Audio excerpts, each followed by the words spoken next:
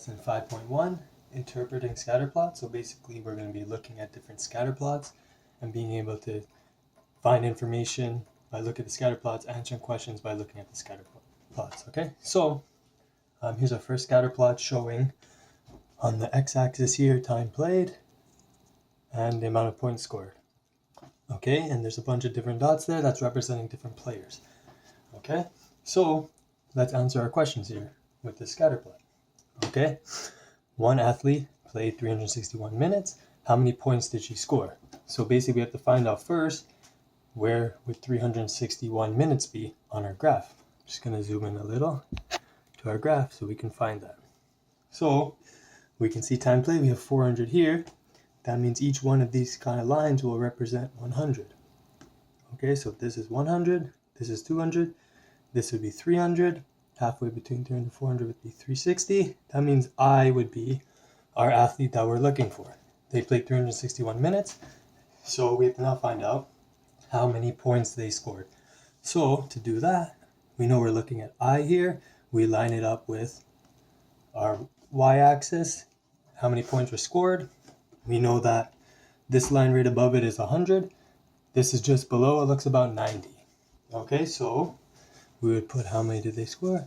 They scored 90. Okay, next question. How many athletes scored fewer points than she did? So if we look back at our graph, we see where our athlete I is. And then we need to see how many scored less points. We know she scored about 90 points. Every single dot on the graph that's below I scored less points than her. So we just have to count there. If we count the dots, 1, 2, 3, 4, 5, 6, 7, 8. 8 athletes scored fewer points than she did. So we're going back to our questions. We put 8. Next question. Another athlete scored 353 points. Approximately how many minutes did she play? So we're going to go back to our graph here, our scatter plot. And we're going to say, okay, she scored 353 points. How many minutes did she play? So we're going to find out basically where would 500 or 353 points be. Find that on the graph. So we know this is 300. This one will be 350. This line, if we follow it across, that one N looks like it's 353. So that's going to be the athlete we're looking at. We need to see how many minutes she played.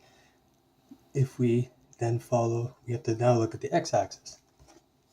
Okay, so if we look at N all the way down, it's about here. We know each one of these is 100. So 900, 1,000,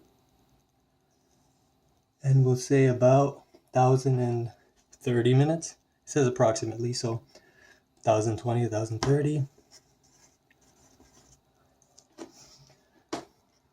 So I put that there, 1,030 for a question. Find 200 points on the points axis. How many athletes scored more than 200 points? So go back to our scatter plot. Points scored 200. How many scored more than 200? So we just have to find our 200 line. How many are above that? Looks like 1, 2, 3, 4, 5, 6. That's it. You just have to count. 6. I just wrote 6 in our answer for 3 there. Which of these athletes played the fewest minutes? So we look, okay, there's 6 of them. Which of them played the least minutes? So that would be the one that's furthest to the left, which is J. Okay, so far I've put our answer, 6 scored more than 200 points, and which played the fewest minutes? J. The athlete J did. Okay? Let me zoom out here so we can read this question. Suppose an athlete played many minutes but only scored a few points.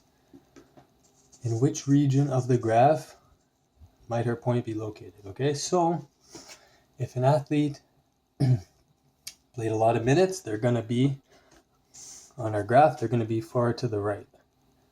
Right? Because we know the more minutes they play, we know they're more to the right.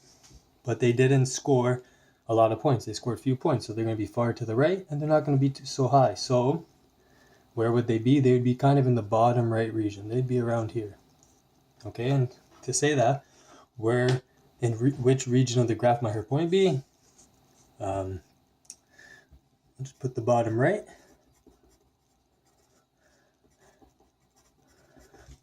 And I just justified my answer with words. I'm not going to write it down. We know that if you play a lot of minutes, you're going to be further to the right, and if you don't score a lot of points, you're going to be more downward. So it's going to be, again, in the bottom right region. Okay? Then we have some information at the bottom here. A scatter plot is a graph that relates two different measures. For example, height and age of students. In a scatter plot, we do not connect the data points, but instead draw what is called a trend, line, or curve. And we'll get into that in the next unit. So on our next page is showing one of those examples that we just said, the age and height, right? This is our scatter plot here showing the age of someone and their height. Okay, and it's giving us just a bunch of information about a scatter plot. So the x-axis is going to be the horizontal one. So we know always our x-axis is the one at the bottom here, horizontal line. And that's always going to be the independent variable. So an independent variable is a variable that doesn't depend on another variable. So something like time or age, that doesn't depend on another variable. So that's always going to be our independent variable. The y-axis is basically the thing we're testing, the thing that depends on our independent variable. So here it would be height, because depending on the age, how tall are they? Okay, the scale, so how much is it increasing by? X and y coordinates, so basically where the point is on the graph. So for example, this point, let's zoom in here.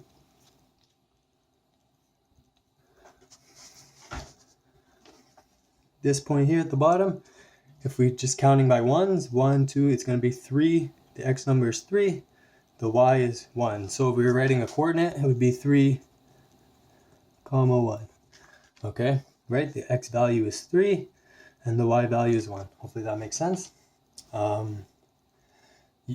Title, so we title the graph. So this would be how tall are you at certain ages, and you put the age, the title, your axis, right? Age and height, so you know what you're measuring.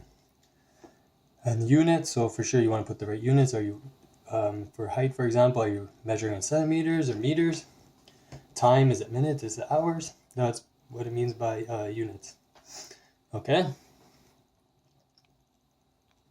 The next part of this was kind of something we would have done together in class, so it was like a YouTube video, so we didn't do it, but basically what it showed is the kinds of trends. So here you see an upward trend. It's called an upward trend because it's trending upwards. As you go further to the right, it's going higher. This would be a downward trend. As you go further to the right, it's going downwards. Okay? And then this would be no trend because you notice on the first two, there's kind of like a direction it was going. In this one, there's no direction. It's kind of just random points. Okay? And this was just what we would have filled out from that video. Basically what you would have seen is more time played, the more points a player scores. So that makes sense. You play more, you're going to score more. If this was plotted, therefore, as you move to the right, the data goes up. So this would be an upward trend, like we just talked about. And discuss with your elbow partner an example of a downward trend. So a downward trend might be after you buy a car, the longer you own the car, the less it'll be worth. Okay, so buy it at 30,000. Over time, every year, it's going to be worth less. So that would be a downward trend. Okay, just go on to the next page. Okay, so let's see. Examine the age versus height scatter plot on the previous page. What do you think an outlier is? Okay, I'm just going to put that back. Yeah, okay. We see our point labeled outlier right here. What do you think an outlier is? So we see all these points are following kind of a pattern. Every time it goes to the right, it's going up. So it has an upward trend.